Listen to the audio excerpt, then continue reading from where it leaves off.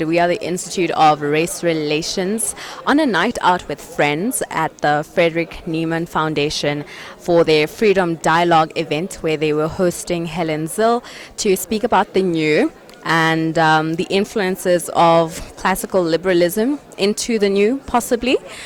She spoke a lot about principles and values and constitutionalism as leading principles that inform the DA in their negotiations for the government of national unity, that they were not necessarily after positions but were after those bedrock principles as foundational values and fundamental values for guiding the formation of the government of national unity.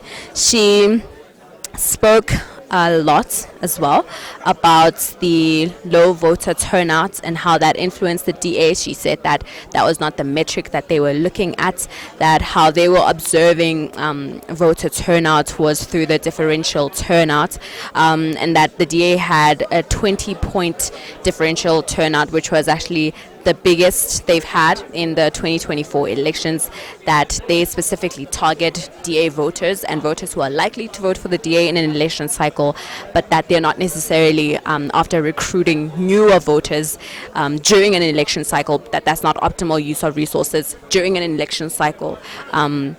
But that they specifically target DA voters and people who would likely vote for the DA. She was asked about thoughts on rising anti-constitutionalism and keeping those people or those elements of our political arena out of government. She specifically spoke about what she describes as the doomsday coalition. That's the possibility of the ANC having gone into government with the MK and the EFF, and spoke at length about how the EFF has always been the DA's real competitor, because unlike the ANC, the EFF know what they stand for, the DA know what they stand for, and so that clashing of values is where they really were targeting, and what they were really targeting in terms of keeping certain elements or certain political parties out of government. She was asked about the performance of the multi-party coalition, and she said that the DA essentially is the only party there, the only parliamentary party that was a member of the MPC that grew, right? She was comparing to the IFP there as well, not necessarily to the other parties because they had not necessarily been in parliament before. But she did mention that given South Africa's proportional representation system, South Africa is always moving forward, at least going to go into one coalition or other, that the days of a hegemonic party or a party with a 50% vote in parliament are over, and that coalitions are now the deal of the day.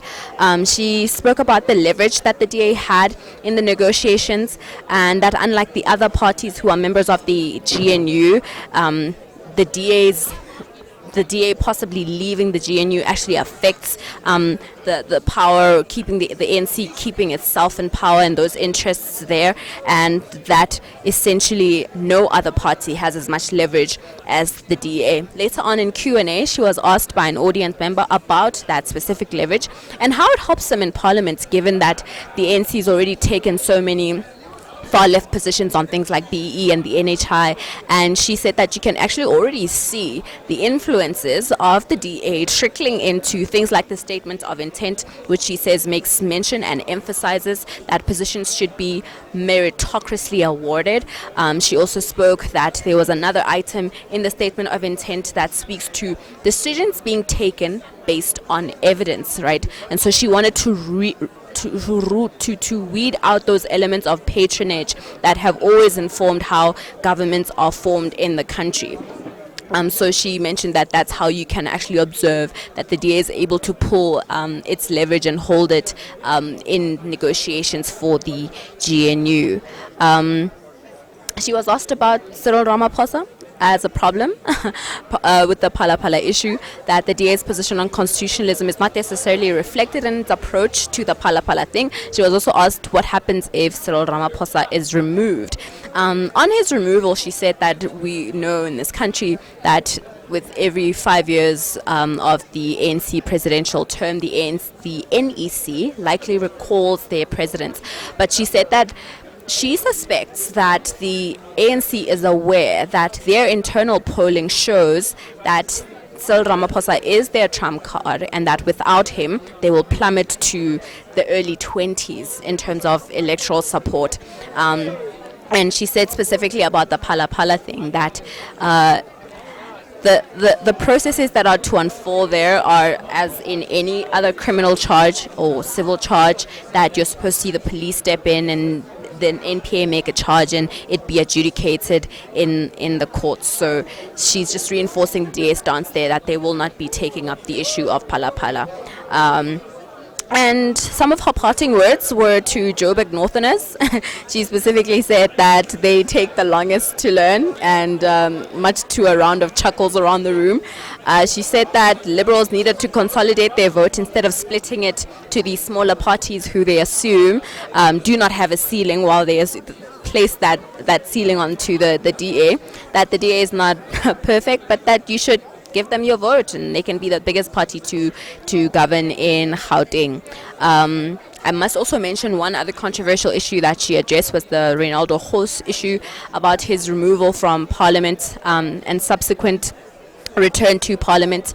She was asked about disciplinary processes within the DA. She said they are underway, that she has no influence over them, but that he is back in Parliament because he's an MP, and you're an MP. As an MP, you are elected into that position. So whilst he's been suspended from the DA, he gets to go back to Parliament because those two appointments are in a way separate, but that the processes of disciplinary action are unfolding. She has no influence over them, but that they were considering extenuating circumstances.